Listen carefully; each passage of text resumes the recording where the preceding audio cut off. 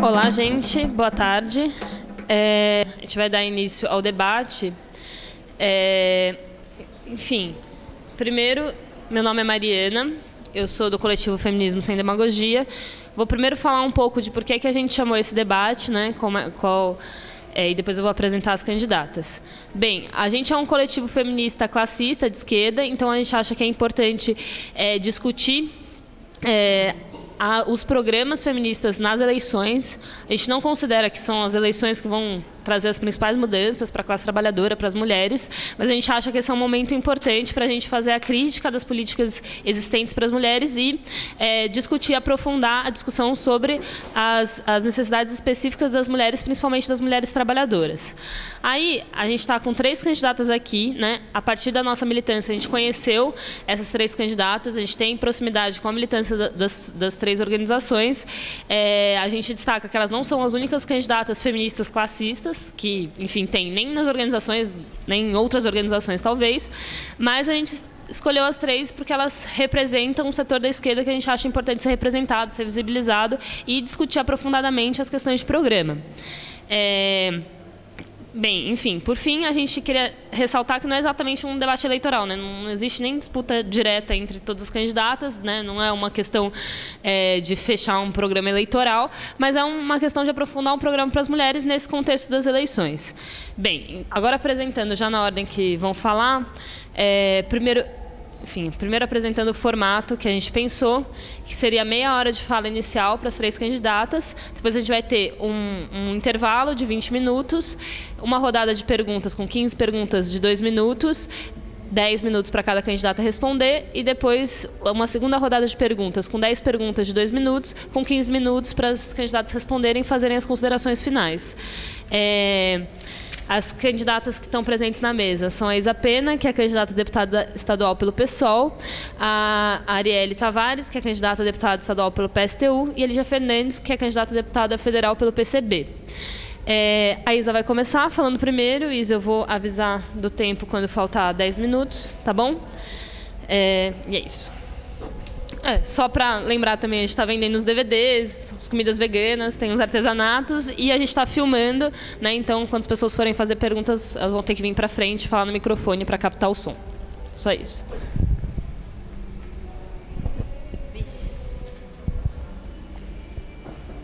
Para cá. Pronto?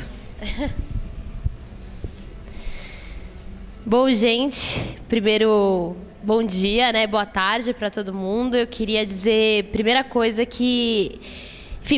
agradecer o convite, falar que eu acho que nunca foi tão central a gente fazer debates como esse, ter iniciativas como essa, visto não só a situação das mulheres, mas a própria situação e a própria conjuntura das eleições. E aí, dito isso, eu queria começar falando que quando a gente vai debater a situação das mulheres, quando a gente vai debater o feminismo, eu acho que é muito importante a gente sempre fazer uma análise dialética mesmo com a própria sociedade, né? Porque acho que a situação das mulheres ela está sempre contextualizada num contexto maior, que é a sociedade, que é o sistema, que é o sistema político que a gente vive. Então, assim, para dizer isso, eu queria dizer que, assim, as mulheres, no contexto eleitoral, elas tradicionalmente têm as suas pautas secundarizadas, né? Nessas eleições também não está sendo diferente, né? A gente pode ver aí o que é o cenário eleitoral para presidente da República, por exemplo, né? O que não é a Marina e a Dilma, né, concorrendo, e o que não é o papel eleitoral e o retrocesso eleitoral que significa, o retrocesso político mesmo que significa a Marina e a Dilma hoje serem as 2 candidatas que supostamente, né, representam as mulheres aí como as maiores candidatas. Primeiro porque a Dilma, historicamente, rifou os nossos direitos. É importante isso ser colocado. A Dilma, historicamente, quando ela assinou a Concordata Brasil-Vaticano, quando ela falou que não ia mexer na legislação do aborto, quando ela falou que não ia mexer na privatização, quando ela, inclusive, acelerou o processo de privatização dos serviços públicos, ela se posiciona com relação ao direito das mulheres e ela retrocede. E a Marina Silva também não é diferente, na verdade, né, muito pelo contrário. A Marina Silva, historicamente, né, além da aliança histórica que ela tem com a bancada evangélica, a Marina Silva enfim, né? Recentemente a gente teve um episódio aí que o que foi o programa LGBT da Marina Silva não durar nem 24 horas, nem 4 tweets do Malafaia, né? Para começo de conversa. Né? A Marina Silva, ainda por cima, quer colocar o nosso direito à legalização do aborto sob o júdice do plebiscito, ainda por cima, que é justamente a lógica de você submeter minorias exploradas e oprimidas à posição da maioria, que é uma maioria conservadora, historicamente, por conta de toda a sociedade brasileira. Bom, dito isso, eu acho que é importante, acho que disso a gente tira uma lição. E a primeira lição, eu acho que não basta ser mulher, né? A gente precisa hoje, nas eleições, e eu acho que o papel das 3 candidaturas que estão aqui presentes é esse, pressionar ao máximo, né, para que os nossos direitos e as nossas bandeiras sejam no mínimo discutidas, né? Porque a primeira coisa que a gente vê historicamente são as nossas bandeiras sendo secundarizadas. A segunda é a desqualificação do nosso debate. E como é que acontece essa desqualificação? Eu vou tentar, né, existem diversas formas que a grande mídia, que as forças conservadoras se utilizam para desqualificar o nosso debate e secundarizar as nossas bandeiras, mas eu vou tentar aí falar de 3 que eu acho que são importantes. A primeira é a relativização absurda do debate feminista. Então, é aquele debate que o machismo é uma coisa etérea, é uma coisa subjetiva, que não localiza a mulher enquanto um sujeito da opressão, que não localiza a mulher enquanto o sujeito, e mais do que o sujeito, enquanto a protagonista, necessariamente, da formulação política e da luta política. A segunda é a via liberal, né, que é aquela ideia da emancipação da mulher através do consumo, né? Então, uma vibe meio Sex and the City, assim, sabe? A mulher é tão emancipada o quanto o número de sapatos que ela pode comprar. Né? Acho que essa é uma via importante de ser desqualificada, porque é a via do individualismo, é a via liberal mesmo do feminismo, né? E a terceira também, que é com certeza mais presente entre a esquerda, é aquela via de que o machismo é uma merda mesmo, né? Mas só depois da revolução, gente. Por enquanto não vai dar para fazer muita coisa, não adianta ficar insistindo, né? Então acho que assim, essas são 3 formas em que tradicionalmente o nosso debate é secundarizado e desqualificado. E aí, para fugir um pouco disso, para fugir, né, dessas 3 formas de desqualificar ou tornar abstrato um debate que é extremamente concreto, justamente para tornar concreto, eu acho interessante, e aí eu vou me utilizar de uma narrativa, né, do que é, porque eu acho que hoje uma necessidade que o movimento feminista tem cada vez mais é de transformar, justamente para combater essas 3 vias, transformar cada vez mais as pautas feministas em pautas concretas, em bandeiras concretas. Mostrar, não necessariamente mostrar, mas representar, demonstrar que o machismo ele está presente de forma concreta e de forma objetiva na vida das pessoas. E aí, nesse sentido, eu vou me utilizar de uma narrativa aqui, né, que a gente até pensou em coletivo, que seria a vida de uma jovem trabalhadora, a qual eu vou dar o nome de Maria, que é uma jovem trabalhadora que trabalha de manhã, trabalha de dia e estuda à noite, e ela trabalha para pagar o curso dela. A Maria, ela sai de casa às 4h30 da manhã, ela lava a louça, ela arruma a casa, ela pega o seu irmãozinho e vai levar para o ponto de ônibus, e vai levar para o colégio, e depois a Maria vai para o ponto de ônibus. Lá no ponto de ônibus, a Maria fica 40 minutos esperando o ônibus.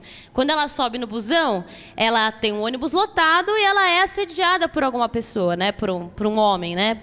Enfim. E aí ela demora, ela vai do busão até o trem, do trem até o metrô, e aí ela chega no centro, porque a Maria mora na periferia. Então a Maria demora em média 2 horas para chegar até o centro para trabalhar. E quando ela chega no centro, quando ela chega no trabalho, a Maria o colega de trabalho da Maria, que faz o mesmo serviço que ela, ganha 30% a mais que a Maria para fazer o mesmo serviço. A Maria também tem um chefe, e esse chefe não gosta da Maria e cotidianamente subordina a Maria através de brincadeiras e assédios psicológicos extremamente duros. Bom, a Maria sai do trabalho, a Maria vai para a universidade, a Maria gasta mais 1 hora nesse processo, e no meio do caminho a Maria está andando na rua e ela vê um outdoor. E nesse outdoor é uma propaganda de cerveja e tá lá, a Maria Negra, ela tá lá, ela vê uma propaganda de cerveja que cada vez mais, né, objetifica e estereotipa o que é o padrão de beleza hoje na nossa sociedade.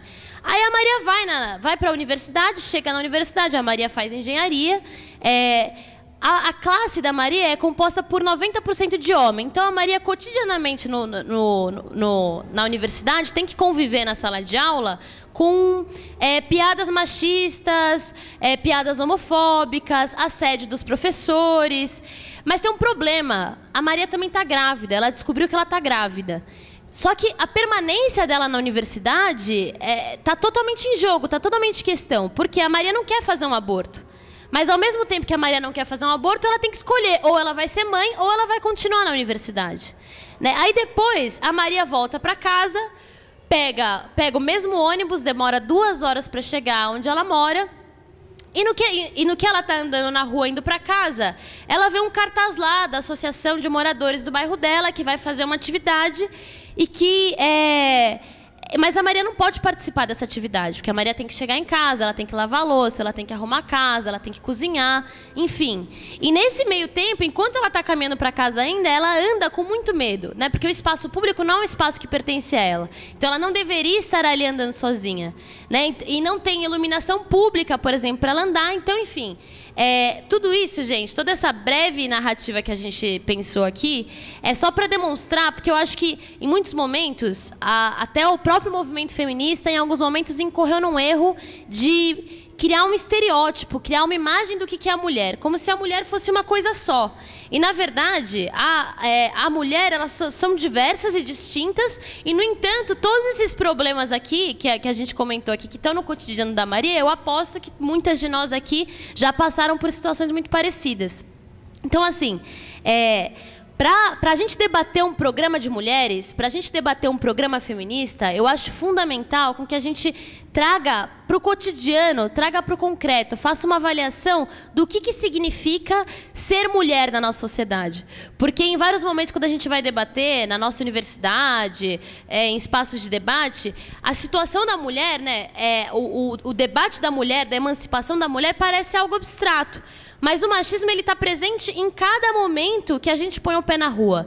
Em cada momento em que a gente demora mais, em que a gente, enfim, demora mais para cumprir a tripla jornada de trabalho. Em cada momento que a Maria chega na universidade dela e no curso de engenharia tem 90% de homens e ela tem que conviver com piadas homofóbicas ou piadas machistas, o machismo está ali presente. Então, acho que a primeira coisa que eu queria dizer é isso, assim, porque eu acho que o debate do que são as nossas bandeiras feministas, a gente tem que sempre fazer o exercício de, primeiro, fazer um recorte que é necessário, né? Porque eu acho que todas as mulheres sofrem opressão, mas é importante com que a gente faça um recorte que tem classe, que tem cor, que tem endereço certo na sociedade e faça a avaliação de onde está presente o machismo na vida daquela mulher concretamente, na nossa vida, né? Concretamente. E aí, dito isso, eu queria falar que um programa de mulheres, eu acho, hoje, ele tem necessariamente que abarcar algumas questões. Primeiro, para fugir daquelas formas de desqualificação que a gente falou lá em cima. Mas, segundo, porque hoje a gente luta não é só por uma questão de igualdade. A gente luta pelos mínimos direitos. A gente luta para poder andar na rua. A gente luta para a rua poder ser um espaço com o qual a gente se identifique. A gente luta para ir para o espaço da nossa universidade e para ser um espaço com que a gente, de fato, né, se emancipe, com que, de fato, aquela educação seja uma educação crítica, seja uma educação que nos emancipe enquanto mulher. Quando a gente está no espaço da família, por exemplo, é um espaço, enfim, extremamente opressor, a gente também vê exemplos do que é o machismo concretamente na vida da mulher. Então, eu acho que nessas eleições, o que a gente precisa deixar muito claro, né, e, enfim, a gente já faz isso na luta, mas nas eleições eu acho que é necessário fazer isso, cada vez mais pressionar as candidaturas para se posicionarem com relação aos nossos debates, é muito fundamental com que a gente traga as nossas bandeiras para o concreto. Bom, dito isso, eu acho que tem alguns pontos muito centrais do programa de mulheres que necessitam ser abordados hoje. O primeiro é com relação à questão de transporte, né? Tudo aquilo que a gente falou, de fato, foi para exemplificar isso, né? Por que hoje a gente fala que a tarifa zero é uma bandeira das mulheres também? Porque a tarifa zero significa a acessibilidade da mulher, significa a mulher conseguir se transportar. E vamos lembrar que a mulher, quando ela é mãe, quando ela é irmã mais velha de alguém, ela ainda demora mais para fazer tudo, certo? Ela demora mais no transporte porque ela tem que levar o filho dela para o colégio, porque quando o filho dela fica doente, ela tem que levar o filho dela para o hospital. Então, falar em tarifa zero hoje é uma questão muito importante para as mulheres, porque o transporte e a lógica do transporte, a lógica excludente do transporte hoje em São Paulo, faz com que as mulheres cada vez mais sejam escanteadas, sejam excluídas da sociedade. Né? Além disso, né, na questão do transporte, eu acho que é uma questão muito fundamental para a gente. Eita. É uma questão muito fundamental para a gente falar do que é a própria questão dos assédios no transporte público. Né? O que é hoje, por exemplo, uma mulher... O que significa hoje uma mulher estar se locomovendo para o seu local de trabalho, para o seu local de estudo? E o que significa hoje a gente ter uma sociedade na qual a lógica do assédio e da violência psicológica contra as mulheres estar tão naturalizada? Né? Hoje, né, não precisa nem falar nem muito longe. Né? O governo do estado lançou uma propaganda falando que o metrô era um lugar bom para paquerar. Né? Então, assim, o que isso reforça na sociedade, né? Hoje, a gente tem o transporte público, a lógica do transporte público demonstra cada vez mais que o espaço público não pertence à mulher. O espaço público, a mulher não é bem-vinda no espaço público.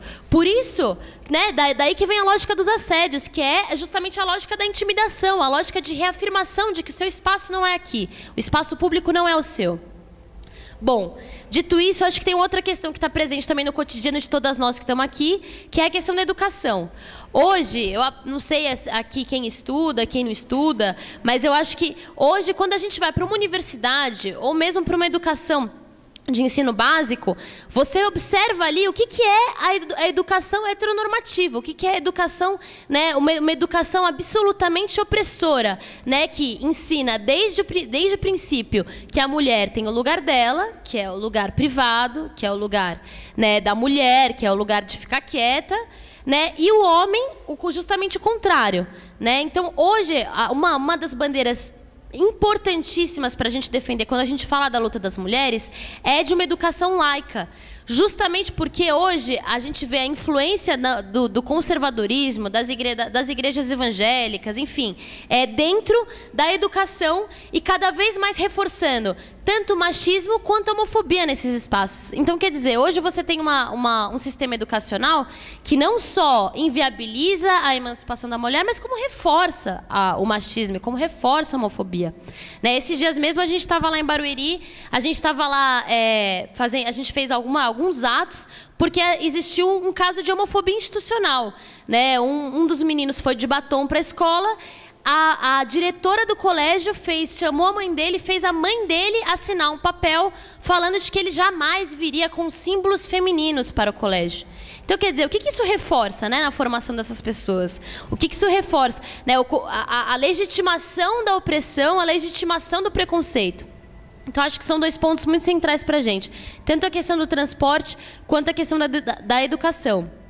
A questão da saúde ainda é muito fundamental. Né? Porque hoje a gente tem tanto a nossa autonomia do nosso próprio corpo totalmente rifada, né? Até o que a gente tinha falado antes com relação ao plebiscito da Marina Silva sobre a questão do aborto, absurdamente reforçar de uma forma absurda a lógica de que a maioria conservadora do Brasil vai continuar oprimindo minorias, né, no país. E hoje o que na prática quer dizer? O Estado, ele quer ter o controle sobre o corpo das mulheres, justamente porque o corpo das mulheres é, digamos assim, a produção e o instrumento de produção daquilo que é o bem mais valioso do capitalismo, que é a mão de obra, certo? Então, a mulher não pode ter autonomia para decidir se quer ter filho ou não. A mulher não pode ter essa autonomia porque se a mulher tivesse autonomia, o Estado perde o controle direto sobre aquilo que é o bem mais precioso dele, né? Que é a mão de obra, que é a perpetuação da divisão sexual do trabalho. Então, acho que hoje, quando a gente fala da legalização do aborto, precisa ficar muito claro que para além de ser uma questão de saúde pública, para além de ser uma questão da autonomia do nosso próprio corpo individual, a gente está falando de uma luta que é anticapitalista em sua essência, né? Então, acho que essa é uma questão bastante importante para a gente. Tem algumas questões que, como, por exemplo, com relação à saúde. Hoje, por exemplo, o que acontece com a mulher negra, né? Qual que é o preparo hoje do Sistema Universal de Saúde para atender as especificidades da saúde da mulher negra e da mulher lésbica? Eu não sei se vocês já viram um documentário sobre isso, né, que o toque, quando uma mulher lésbica ou negra vai fazer um exame, geralmente se toca, as médicas tocam nessas mulheres. Você lembra desse dado? Acho que era 40% menos, né? O que isso quer dizer para a gente? O que isso quer dizer? O que isso nos demonstra do nosso próprio sistema de saúde público? Para além disso, né, todas as nossas reivindicações gerais, como, por exemplo, uma saúde pública e de qualidade, elas têm que ser debatidas de forma transversal com a pauta de mulheres, né? Por exemplo, hoje, você vê o sistema de saúde da forma como ele está, simplesmente só perpetua cada vez mais a violência contra a mulher. De que forma? Por exemplo, a violência obstétrica. Por exemplo, o que as mulheres, quando são presas e estão grávidas, passam nos hospitais públicos para terem seus filhos, né? Hoje, por exemplo, falar em parto humanizado, você não vê falar. Você não vê a Dilma falar de parto humanizado, você não vê a Marina falar de parto humanizado. E por quê? Porque todos esses debates, teoricamente, são a cereja do bolo. Certo? Vocês querem educação pública, vocês querem saúde pública, e vocês ainda querem uma saúde pública e uma educação pública voltada para a emancipação da mulher? Aí vocês já estão querendo demais, né? Isso tudo, eu acho que demonstra e reforça a importância desses debates, de um debate mais profundo, de um debate mais programático sobre as necessidades da mulher hoje na sociedade em que a gente vive, né? Acho que tem outro ponto também que é necessário de ser colocado, que é a questão da violência contra a mulher. O que é hoje o número de assassinatos e de estupros que a gente tem hoje, de assédios, tanto no transporte público, tanto por falta de uma segurança, né, de uma segurança bem preparada, de uma segurança que tem um debate sobre o que é a violência de gênero especificamente, o que são as especificidades da violência de gênero, né? Hoje, o debate de segurança pública, falar em um debate de segurança pública para mulheres, necessariamente nos obriga a falar da desmilitarização da polícia, né? O que hoje não é a violência cotidiana que as mulheres passam, né, nas mãos da polícia, nas periferias de São Paulo, né? O que hoje, nas diversas reintegrações de posse, por exemplo, que acontecem no estado de São Paulo, né? Quem são as mulheres que estão lá? Quem são as pessoas que estão lá na linha de frente? Geralmente são as mulheres, né? Então, assim, quando a gente vai debater um programa geral de mulheres, primeiro que eu acho que, assim, a gente não pode cometer o erro de pensar, bom, essa é a caixinha das nossas pautas, das nossas bandeiras. Eu acho que todos os pontos que a gente vai colocar num programa geral, todos eles a gente tem que pensar de forma transversal. Por quê? As mulheres... Porque, assim, numa sociedade ideal, a gente pensaria na inclusão de todos os sujeitos na sociedade. Hoje, na forma de sociedade como a gente vive, querer os nossos direitos, querer uma saúde para as mulheres, voltada para a mulher negra, voltada para a mulher lésbica, para a mulher trans, é um absurdo. É um absurdo, é a cereja do bolo, é querer demais. Então, hoje, o que a gente vê é que, intrinsecamente, a luta das mulheres é uma luta para revolucionar o sistema que a gente vive. A sociedade hoje, você construir a luta das mulheres no cotidiano, é uma luta intrinsecamente, na minha opinião, claro que sem contar aquelas 3 vias que a gente falou no começo, mas construir uma luta feminista e classista é necessariamente uma luta anticapitalista, uma luta para revolucionar a sociedade, os parâmetros da sociedade como um todo. E aí, para ir fechando, o que eu queria falar é com relação à participação política das mulheres. A gente vive numa sociedade em que, para além de tudo isso que a gente falou, né, enfim, eu não preciso nem falar aqui do porquê que as mulheres estão excluídas da participação política. Quer dizer, se pegar esse contexto da vida da Maria, em que momento que a Maria vai parar, vai ter tempo concretamente falando, eu não estou falando de vontade, eu não estou falando dela não ter sido educada para participar da política. Eu estou falando concretamente em que tempo da vida da Maria que a Maria poderia participar da política. Não tem. Porque hoje, naturalmente, o espaço da política não é um espaço voltado para as mulheres. Se você hoje pegar o que é o cotidiano da mulher trabalhadora, ela está excluída da vida política. Não é à toa que isso se expressa também em momentos eleitorais. Hoje, 9% da Câmara dos Deputados é composto por mulheres, 12% do Senado é composto por mulheres.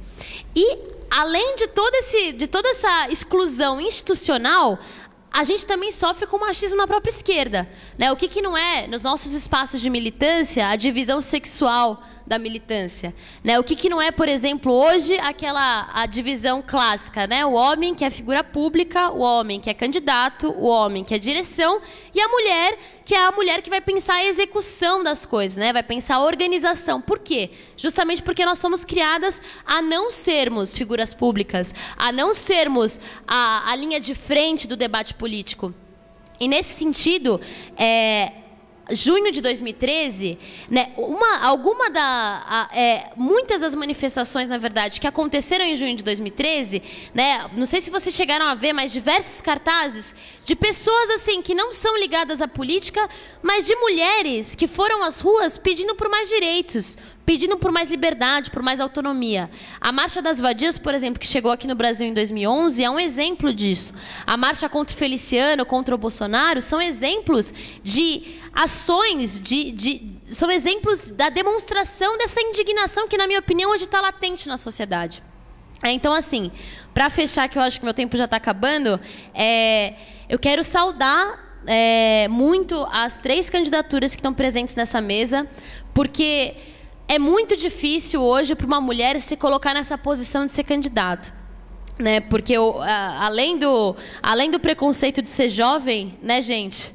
Além do preconceito de ser jovem, você ainda é jovem e mulher, né? Então fica mais difícil ainda, né? Porque você é mulher, então você é mais desqualificada ainda. Então, se o homem que é jovem tem que provar alguma coisa para a sociedade, provar que é competente, provar que é sério, a mulher jovem tem que provar 2 vezes mais. Então, gente, basicamente é isso. Eu quero agradecer mais uma vez a iniciativa do debate e, enfim, agradecer o espaço. Obrigada, Isa. A próxima é a Arielle. 30 minutos.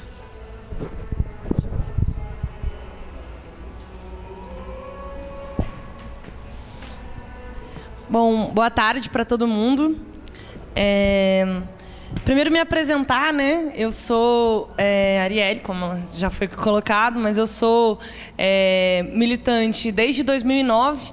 Eu vim do interior do estado de São Paulo para estudar na USP e comecei a militar principalmente na universidade, a partir das lutas que a gente teve lá, a luta contra a questão do ensino à distância, depois a luta contra a presença da polícia militar no campus, e a partir disso também fui me envolvendo com o início, digamos assim, do renascimento do movimento feminista dentro da própria universidade, que teve um primeiro elemento aí da construção de coletivos em vários cursos. No meu curso foi o Coletivo Marias Baderna, que inclusive é muito orgulho que continue, né? Mesmo depois que eu não milito lá mais no cotidiano, mas o coletivo segue, junto com vários outros que também começaram a se organizar em outros cursos da universidade.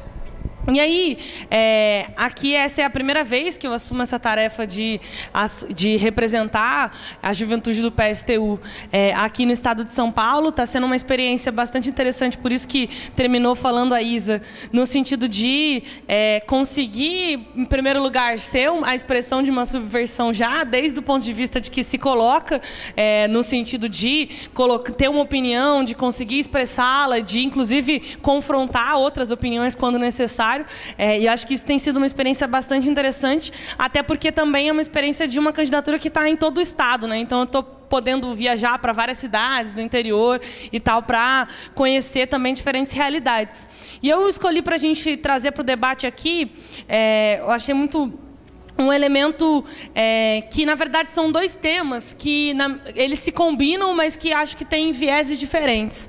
O primeiro deles é justamente o elemento de discutir o fato de que hoje a opressão às mulheres e as diferenças que existem com relação ao gênero serem hoje completamente absorvidas pelo sistema capitalista com o objetivo de lucrar mais. E o segundo tema é justamente a discussão acerca de que os direitos sociais, ao serem retirados, tem um reflexo direto no que diz respeito ao aumento da opressão das mulheres. E aí, para discutir esses dois temas, vou colocar aqui alguns dados e tal. Acho que a ideia, né, que eu entendi, pelo menos com bastante tempo, para a gente trazer vários dados, para a gente poder, inclusive, sair daqui com um espaço de formação da gente mesmo, para a gente poder se fortalecer nesse debate. E aí, desse ponto de vista, acho que a gente tem que partir um pouco da própria conjuntura internacional, né? Que é o elemento em que, na medida em que se escancaram vários elementos da truculência da violência machista contra as mulheres, que nos deixam bastante indignadas, também vem com exemplos de resistência, de mobilização e de, inclusive, retirada da invisibilidade no que diz respeito à luta das mulheres. E eu acho que o grande exemplo disso, na realidade, é a própria situação das mulheres na Índia, né?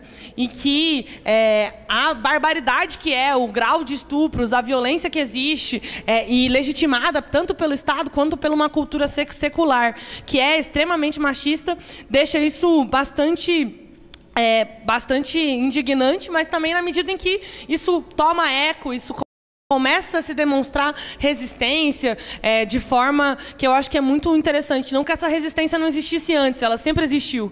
Agora, ela começa a aparecer e chegar até nós. Eu acho que isso é bastante importante. Da mesma forma, também o próprio exemplo do Uruguai, né? Em que se avança no sentido da conquista da questão da legalização do aborto, e que eu acho que também é a expressão de um fortalecimento do movimento de mulheres, da luta das mulheres, em que muitas vezes comecei dando esse exemplo da Índia, muitas vezes é debatido no sentido de um debate entre o machismo no Oriente Médio, na Índia, nos países africanos é muito mais forte, muito mais categórico do que o machismo que a gente sente aqui num país ocidental como o Brasil, digamos assim.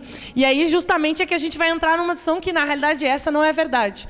Que o machismo ele é tão forte quanto, ou talvez em algum grau até mais profundo, na medida em que ele é mais maquiado, digamos assim, no debate.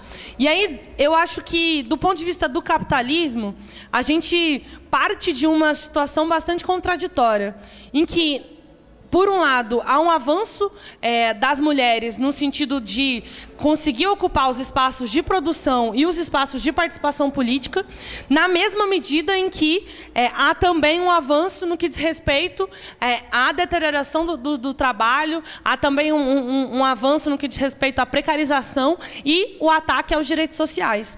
E aí, quando se trata da situação, inclusive também da própria situação internacional, a crise econômica, ela acentua o elemento de aumento da exploração e aumento da retirada de direitos, que tem um exemplo também muito categórico, que é o próprio avanço no sentido de retirar o direito do aborto legalizado em alguns países, como, por exemplo, é o caso da Espanha, que vem avançando no sentido de retirar esse direito com a justificativa da crise econômica, com a justificativa da divisão do bolo da crise, que cada um tem que pagar um pouco, e que não nos assombra que seja um elemento de retirada dos direitos das mulheres.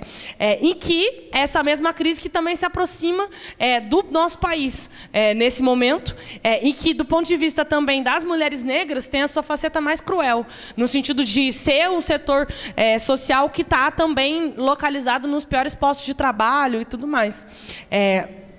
E agora, no Brasil, falando de crise econômica, falando da situação que se acentuou já no conjunto do mundo e começa a aparecer no Brasil, é interessante também observar o que foi o reflexo da mobilização de junho de 2013, na medida em que ela contou com uma parte significativa de mulheres tomando as suas pautas, indo às ruas, se mobilizando, e também na mesma forma em que agora, com o momento eleitoral, também as mulheres são parte significativa do próprio eleitorado que vão determinar os novos futuros presidentes, deputados, senadores e tudo mais.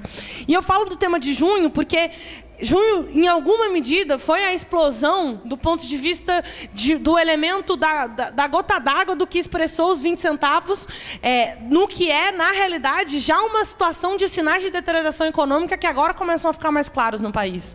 Por exemplo, o Brasil teve um aumento significativo do emprego, mas o aumento significativo do emprego que teve no Brasil, ele foi justamente alicerçado a partir de um emprego mais precário. O Brasil também conseguiu ter um aumento no consumo da população, das famílias brasileiras, em vários artigos que antes não era possível ser consumido, como, por exemplo, televisão ou o conjunto da linha branca, né, de eletrodomésticos, de geladeiras, de máquinas de lavar e vários outros elementos que a população brasileira não conseguia ter acesso. E isso às custas de um endividamento muito significativo do conjunto das famílias, que agora cobra o seu preço. Da mesma forma, também, uma geração de juventude passou a poder entrar na universidade. A universidade que muitas vezes era uma universidade particular, que também está relacionada com o aumento do endividamento, e uma universidade que também não garante uma melhor localização no mercado de trabalho. Você consegue um curso superior, mas isso não garante nada do que diz respeito à sua situação econômica, à sua situação social.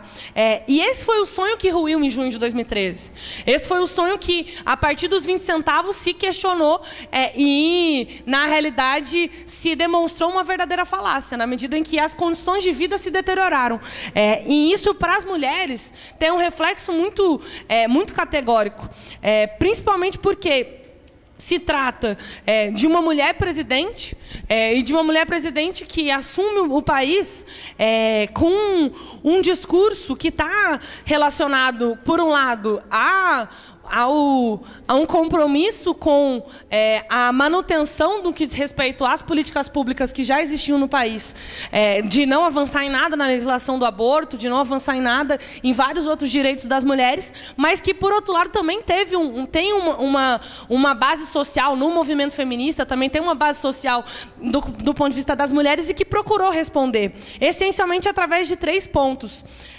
Que estão relacionados à redução da violência, que estão relacionados ao combate à mortalidade materna e que estão relacionados ao aumento de creches. Esses são os 3 elementos fundamentais do programa da Dilma, assim que assume o governo, e que eu acho que é muito interessante a gente fazer um raciocínio de que a eleição ela serve para a gente poder apresentar uma alternativa de poder, uma alternativa de governo para o que vem adiante, mas ela também é um excelente momento para a gente fazer um balanço do que veio no período anterior.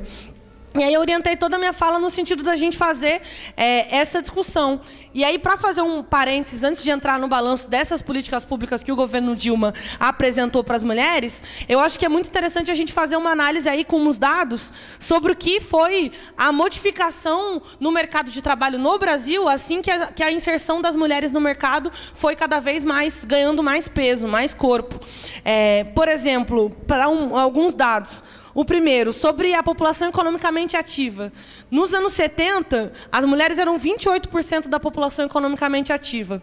Agora, os dados são de 2011, mais ou menos, as mulheres já são mais da metade da população economicamente ativa no país.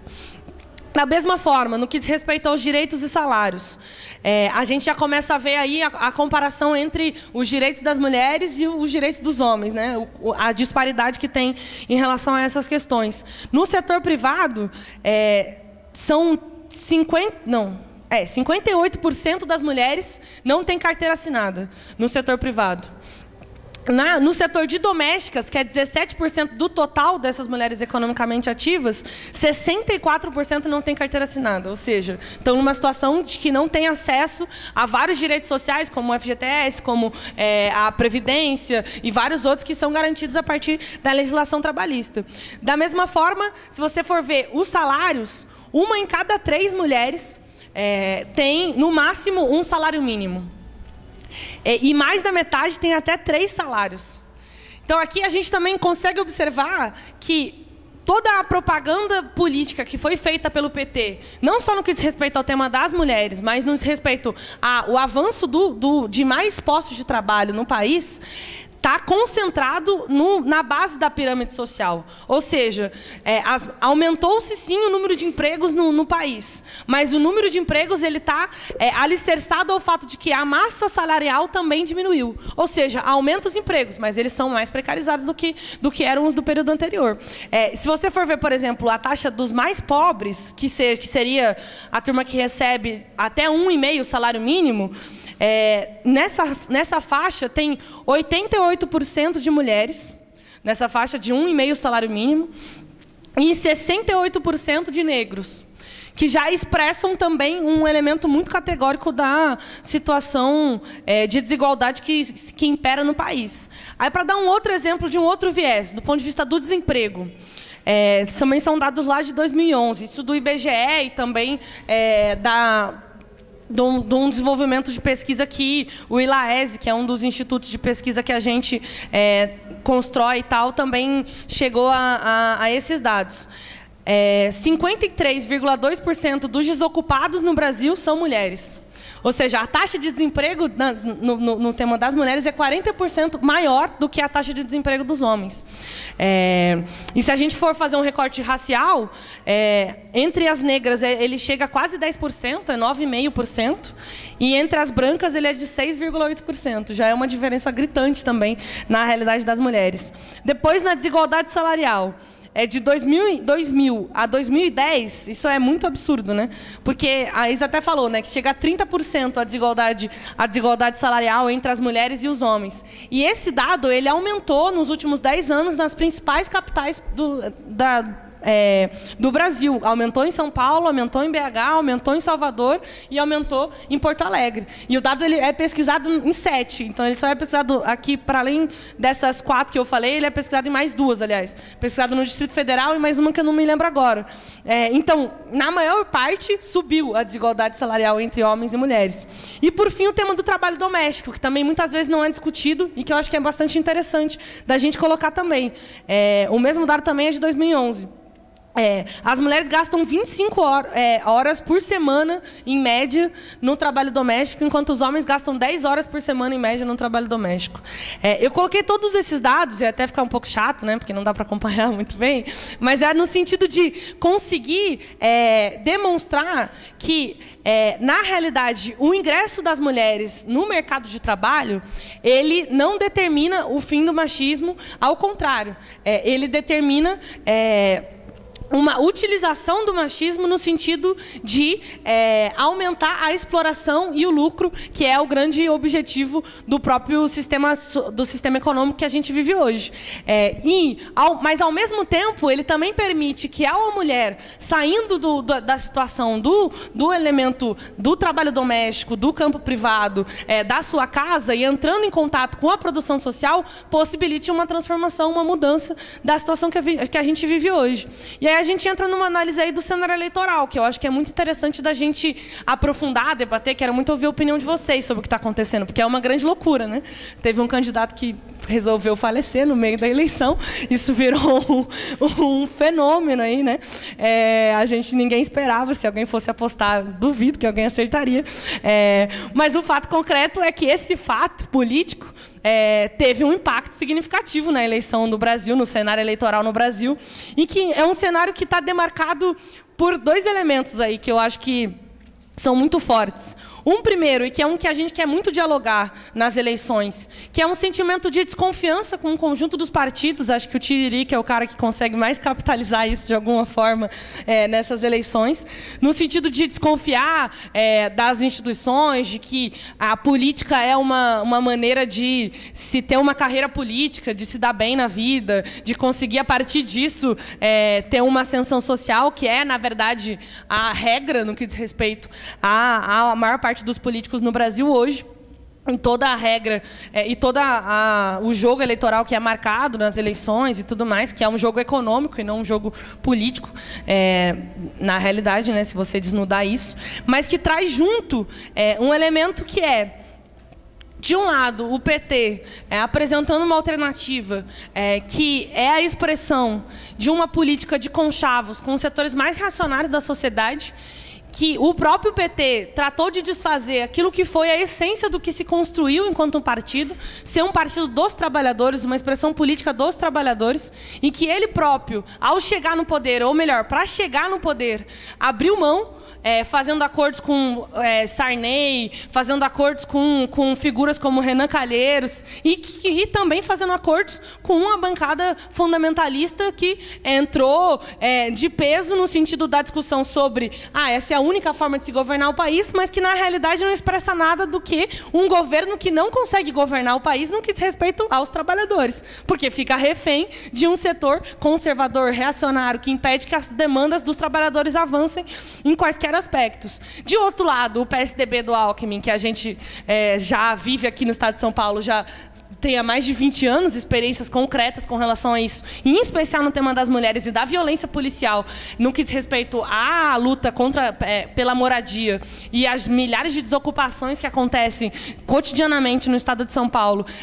tem um papel muito reacionário, e também, do ponto de vista do Brasil, o pobre do Aécio, só falta ele ter que responder mesmo quem que ele apoia no segundo turno, porque, sinceramente, ele está retirado do cenário eleitoral, de uma possibilidade de cenário eleitoral. Isso, para o PSDB, é uma grave crise, mas que também, por outro lado, expressa o fato de que o próprio PT pegou muito do seu programa, e agora eles não têm muito como apresentar um projeto original de país, na mesma medida em que as pessoas também já estão, não aguentam mais essa ladainha que todo mundo já viveu, né? Já passou pelos anos do FHC e não precisa voltar a ter essa experiência política. E, de outro lado, o tema da Marina Silva, que se apresenta agora como uma alternativa que, na medida em que surfa num sentimento progressivo, que é o sentimento de mudança, que é o sentimento de superar essa polarização entre o PT e o PSDB e poder apostar em uma nova alternativa, da mesma forma se concretiza em algo tão reacionário ou talvez mais reacionário do que o que a gente já tem hoje. Na medida, com um exemplo categórico com relação à pauta dos LGBTs, que foi uma vergonha, né, a medida política como as coisas foram tratadas no caso desse tema, mas também que ela própria, quanto representante no Ministério da Natureza, não, do Meio Ambiente, quando era ministra do Meio Ambiente da época do PT, ela própria, por exemplo, foi a responsável pelo projeto que privatizou a Amazônia, que entregou durante 10 anos lotes da Amazônia para serem espaços de extrativismo de empresas privadas, coincidentemente, muitas delas da Natura, que era o seu vice-presidente em 2010.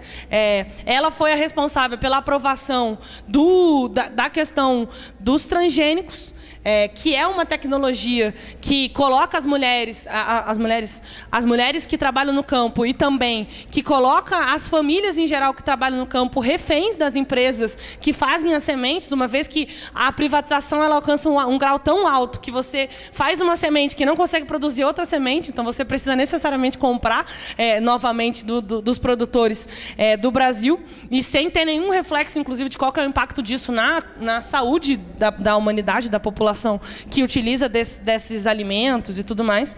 E, junto com isso, ainda também expressa a mesma política de acordos com esses setores reacionários. Por isso que, para a gente, é muito importante nessas eleições apresentar uma alternativa que seja uma alternativa de classe, em que discuta que, na medida em que os direitos sociais são arrancados, quem mais sofre com isso são justamente as mulheres. E aí, para correr um pouquinho aqui, eu falei bastante dos outros temas, o que eu queria colocar em primeiro lugar, do ponto de vista do nosso programa, é justamente o tema dessa trinca aí que foram os centros do programa político do PT nos últimos anos. Com relação à violência, infelizmente, o nosso país hoje é o 7º na posição de morte de mulheres, uma tragédia no que diz respeito ao que é o tratamento dado à questão da violência, a maioria jovem, a maioria negra, a maioria de baixa escolaridade, e que sofre com a violência. E, infelizmente, uma violência que aumentou nos últimos 10 anos. Por exemplo, se você pega o dado, no total das mulheres que morreram vítimas de violência sexista, são 91 mil no total, desde os anos 80 até 2010. E dessas, quase metade foi nos últimos 10 anos. Ou seja, uma demonstração muito categórica da barbárie que vem aumentando na sociedade. Da mesma forma, aqui a gente também tem uma outra expressão que é da violência, que é o próprio caso de a questão dos estupros. A cada 2 segundos uma mulher é estuprada no Brasil hoje, e muitas dessas tem um dado que é até raro de encontrar, fruto inclusive do próprio machismo que a gente tem dentro da própria questão de quem pesquisa os dados, e é muito difícil às vezes a gente ter, mas tem um dado bastante interessante sobre os casos de estupro que são denunciados naquele Disque 100, que é o Disque Denúncia. 6% são de mulheres lésbicas que sofreram estupro corretivo. Que é uma forma bárbara de você corrigir uma mulher que, teoricamente, não sabe amar um homem, que precisa ser experimentada para que possa aprender como é que se faz. E essa é uma realidade que, no Brasil, tem um viés no fato de que houve uma lei, que é a Lei Maria da Penha, que é uma lei que qualifica a violência contra as mulheres, em especial a violência doméstica, que muitas vezes é a mais invisibilizada, é a mais deixada de lado, mas que, na medida em que o governo apresenta a lei, ele também retira todo o orçamento para que a lei possa sair do papel. Ou seja, você não permite que você tenha a possibilidade de construir casas de mulheres, que são casas especializadas para as mulheres, que mais do que uma simples delegacia, são casas onde você pode ter tratamento jurídico, onde você pode ter tratamento psicológico, tratamento médico das mulheres que sofrem situação de violência. Isso é impossível de ser feito se não tiver dinheiro investido com relação a esse tema. No tema do investimento com relação a essa questão, o governo federal tem um elemento muito triste nesse aspecto, porque cortou mais da metade do orçamento dessa pasta, mesmo tendo feito essa lei e tudo mais. E nesse tema fica muito categórico o que significa a discussão de que, para nós, para combater a violência às mulheres, o nosso programa, o que a gente quer levantar nessas eleições, é justamente de que é necessário que tenham leis que possam, de fato, punir os casos de machismo e de violência que acontecem, e que tenham investimento para que isso possa, de fato, ser aplicado, mas que isso, ainda que tivesse muito investimento por parte do governo, não seria o suficiente para combater, de fato, a violência às mulheres. Porque não se pode esconder um outro elemento que fica por trás da situação, desses dados estatísticos, que são o fato de que muitas das mulheres que estão em situação de violência também estão em situação de dependência econômica, também estão em situação de não conseguir ter acesso a direitos sociais. Ou seja, para as mulheres que sofrem violência, a cada vez que é cortado o dinheiro da saúde, a cada vez que é cortado o dinheiro da educação, a cada vez que é cortado o dinheiro do transporte, condenada cada vez mais a mais violência, a um ciclo mais opressor. Então, é muito necessário, para responder a isso, que a gente tenha um programa que consiga dar conta desses dois elementos. Tanto o investimento em leis que punam, quanto o investimento em direitos sociais. E aí tem outros dois elementos que também não posso deixar de falar, que eu acho que são muito necessários. O primeiro deles é o tema da questão do tema da saúde da mulher, que o governo federal avançou no que diz respeito a compreender, avançou não, retrocedeu no que diz respeito a compreender a saúde da mulher única e exclusivamente como uma reprodutora.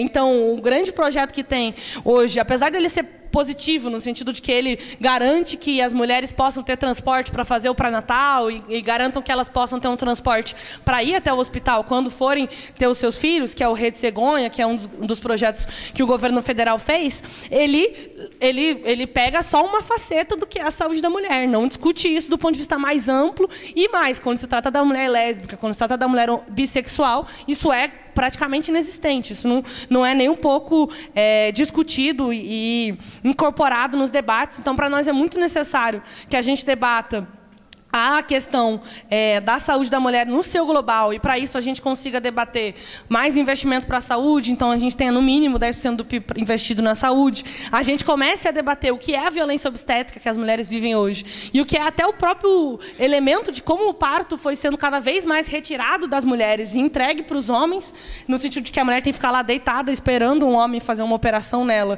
para que ela possa retirar um feto que está dentro dela, ou pior, numa compreensão de que não é natural a mulher ficar grávida. É mais como ela é necessária uma intervenção cirúrgica, então é necessário, se trata como uma doença, como algo que é necessário como um acompanhamento médico, não no sentido da mulher ter uma gestação saudável, uma gestação sem problemas, mas no sentido de ter uma intervenção, necessariamente.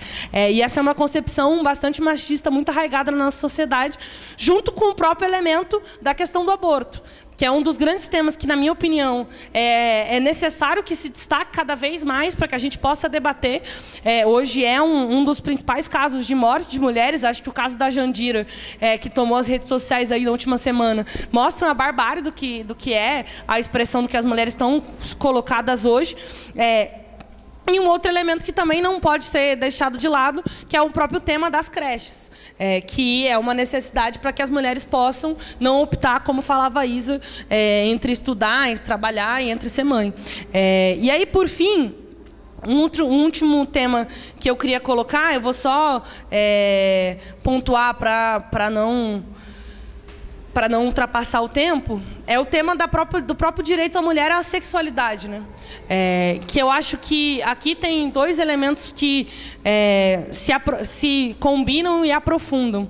Que respeito à maneira como a mulher negra é tratada na nossa sociedade hoje como um indivíduo hipersexualizado, e que, na maior parte dos retratos, é algo que para ser consumido, um objeto. Acho que o próprio programa da Globo aí, que está para começar ainda, e com certeza quando começar nós vamos infelizmente ser agraciados com uma série de absurdos que são exemplos da objetificação do corpo da mulher, que é o programa Sexo e as Negras, que a Globo está fazendo agora, e que é a expressão do papel social que está relegado às mulheres negras, e que eu acho que é papel nosso discutir e debater, junto com o tema das mulheres lésbicas e também das mulheres trans, que, na nossa avaliação, muitas vezes é até uma polêmica dentro do movimento feminista, no sentido de como que a gente trata o tema das mulheres trans, no sentido de se devem ou não estar nos espaços auto-organizados.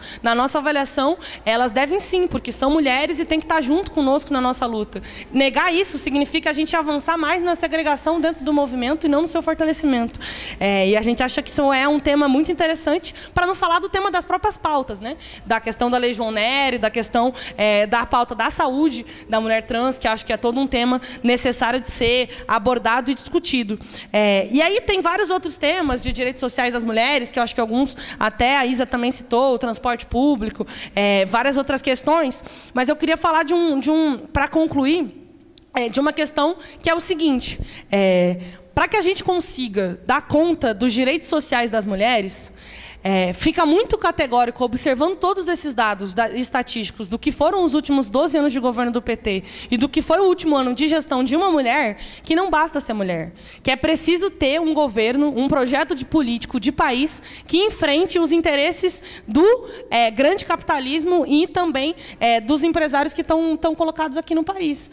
E isso necessariamente está relacionado com discutir os temas que vão para além, inclusive, das pautas, especialmente das mulheres. Ou seja, isso necessariamente nos impõe a unidade com o conjunto dos trabalhadores, para que a gente possa dar cabo da nossa tarefa de conseguir questionar o que é a supremacia hoje do capitalismo no que diz respeito a, por exemplo, o orçamento do PIB brasileiro, do orçamento no conjunto do país, ser hoje relacionado mais de 40% para se pagar a dívida pública e não para se investir em direitos sociais.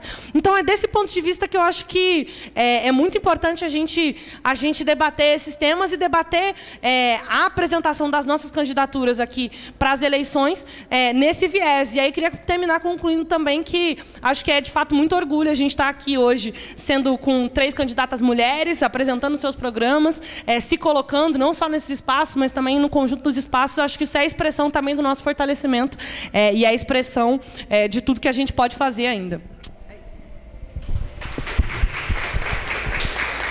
Obrigada, Arielle. Agora é a Lígia, do PCB. 30 minutos. Obrigada, Mari. Primeiro, eu queria agradecer muito às meninas do coletivo Feminismo Sem Demagogia pelo convite para a gente estar aqui construindo esse espaço de novo com vocês. É sempre um prazer estar no meio das mulheres combativas de luta, discutindo políticas eficazes para nós. E agradecer também a presença das companheiras Arielle e a Isa, que até então eu não tinha tido o prazer de sentar para discutir com vocês. E espero aí que a gente tenha uma atividade extremamente prazerosa e que a gente tenha aí um acúmulo bacana para a gente continuar a nossa luta, que não se dá só no período eleitoral, mas para além dele. Bom, meu nome é Lígia, eu sou estudante de letras da USP, sou militante do PCB há um pouco mais de 1 ano e meio, sou uma militante jovem. E a escolha dessa tarefa de candidatura, né, a escolha do meu nome, ela foi muito mais no sentido de representação de um projeto que o partido tem hoje para a sociedade e não só de personificar uma candidatura. Então, a candidatura não é a candidatura da Lígia, e sim é algo que a gente constrói coletivamente todos os dias. Né? O PCB ele não tem nenhum tipo de ilusão com as eleições burguesas. Nós acreditamos que hoje o método de democracia que é colocado, ele não garante de fato a representatividade de todos os setores da sociedade. Para nós, a verdadeira democracia ela só vai acontecer por meio do poder popular. E isso é interessante quando a gente passa a pensar pela perspectiva das mulheres. Por quê? O poder popular ele se dá por via dos conselhos populares, que é algo que a gente defende. E quando a gente pensa que hoje as mulheres são carro-chefe de família, é muito importante a gente pegar mulheres que têm uma dupla jornada de trabalho, de vida doméstica, e inserir essas mulheres novamente como sujeitos políticos para elas mesmas escreverem a sua própria história, sem ter que deixar isso por determinação dos companheiros de luta. É importante para nós ter a garantia desse espaço e ter aí um espaço efetivo para a gente colocar as nossas pautas. O nosso projeto também ele perpassa pela desmercantilização da vida, que é garantir minimamente os direitos básicos. Né? Hoje, quando a gente pensa em saúde da mulher, a gente tem uma série de problemáticas aí, não só com relação ao aborto, que a gente tem um consenso aqui na mesa, né? Que mais do que nunca é necessário ter o aborto legalizado e por via do sistema público de saúde, mas também com uma problemática muito séria com relação à saúde sexual, que hoje é vista numa logística só das mulheres hétero. Hoje, a mulher bissexual, como eu, vou falar por experiência própria, ou uma mulher lésbica, quando a gente passa pela ginecologista, a primeira coisa que perguntam para nós é: e aí, saiu com o namoradinho? E aí, já iniciou a vida sexual? E quando você coloca que não necessariamente você está se relacionando com homens, existe uma puta problemática com relação a isso, né? Hoje também, no sistema de saúde, também com relação à saúde sexual da mulher, a gente não tem nenhum tipo de política para garantir a saúde da mulher lésbica com relação à proteção. Não se pensa em proteção para as mulheres. A gente tem a camisinha feminina, mas a camisinha feminina ela só serve para o sexo hétero. Né? Não se discute nada além disso. Método anticoncepcional também. Nós não temos nenhum tipo aí de apoio a pesquisas que coloquem a necessidade da gente ter pílula anticoncepcional para os homens, não só para as mulheres. Né? Então, é uma série de fatores aí na saúde pública que eu espero que a gente consiga debater aqui, né? Porque são urgentes. Bom, com relação ao acesso aos espaços públicos que as meninas colocaram aqui, pautaram de forma muito interessante. Né? Hoje a gente tem uma privação da mulher, porque a nós é destinado apenas o espaço privado da vida doméstica. Com relação a isso, a gente precisa garantir medidas de transformação profunda nas políticas. Chega de tratar a política para a mulher como algo paliativo. Chega, a gente precisa ter coisas definitivas. E coisas que, assim, não são nenhum bicho de 7 cabeças para serem implantadas. Transporte 24 horas é algo que garante a nossa segurança, é algo que erradica praticamente a violência à mulher nos espaços, né, públicos. As mulheres trabalhadoras que saem tarde do trabalho têm aí, pelo menos, um tanto de segurança garantido. Com relação, por exemplo, à creche 24 horas, não só para a mulher trabalhadora que tem que deixar seu filho em algum lugar para ser cuidado, mas também com relação a pensar que a mulher ela tem a necessidade de ter o seu lazer, de ter a sua vida, inclusive sua vida sexual, que muitas vezes é privada, porque você não pode sair com companheiros ou companheiras, porque você tem que cuidar do filho. Né? A implantação de cozinhas e lavanderias públicas, para que esse tipo de serviço não fique mais só na mão das mulheres. São coisas que são extremamente básicas e funcionariam muito bem, só que não são pensadas, porque não é interessante hoje para a logística de sociedade que a gente tem. Né? A gente precisa também erradicar a evasão escolar das mulheres. Nenhuma mulher tem que deixar de estudar por ser mãe. Nenhuma mulher tem que se privar dos espaços pela maternidade. Isso tem que ser pensado. A gente tem que ter aí a divisão entre homens e mulheres da questão da maternidade e da paternidade. Não adianta a gente garantir a licença maternidade e não garantir uma licença paternidade de mais de 4 dias, como é colocado hoje. Né? Não adianta a gente ter, por exemplo, fraldários colocados somente em banheiros femininos, sendo que a gente deveria ter também nos banheiros masculinos. Isso não cabe somente a nós. Então, são coisas que não são colocadas, que são extremamente simples, mas não são feitas. Né? Não há interesse em se fazer isso. Bom, eu não vou me estender muito, porque eu estou muito curiosa para ouvir vocês também. E eu queria muito saudar esse espaço. Queria também apresentar minha camarada Lenina, que está ali no fundo, também candidata a deputada federal pelo PCB, e dizer que é um prazer a gente estar aqui construindo em conjunto as nossas políticas, porque não existe nenhum tipo de revolução se no final não tiver emancipação de todos os grupos, de todos os setores, seja de mulheres, seja de população LGBT, seja de negros e negras, todos os setores da classe trabalhadora têm que estar alinhados para a gente fazer a luta juntos. Não somos só nós mulheres, mas é importante que a gente se coloque ao lado dos nossos companheiros de luta e das companheiras também, para que a gente tire, a partir daqui, políticas efetivas e que a gente não caia numa ilusão da eleição burguesa, porque isso não serve a nós. Obrigada. Obrigada, Lígia. Agora, a gente ia fazer um intervalo de 20 minutos, são 10 para as 4, 4h10 a gente volta, e aí a gente parte direto para as perguntas, certo?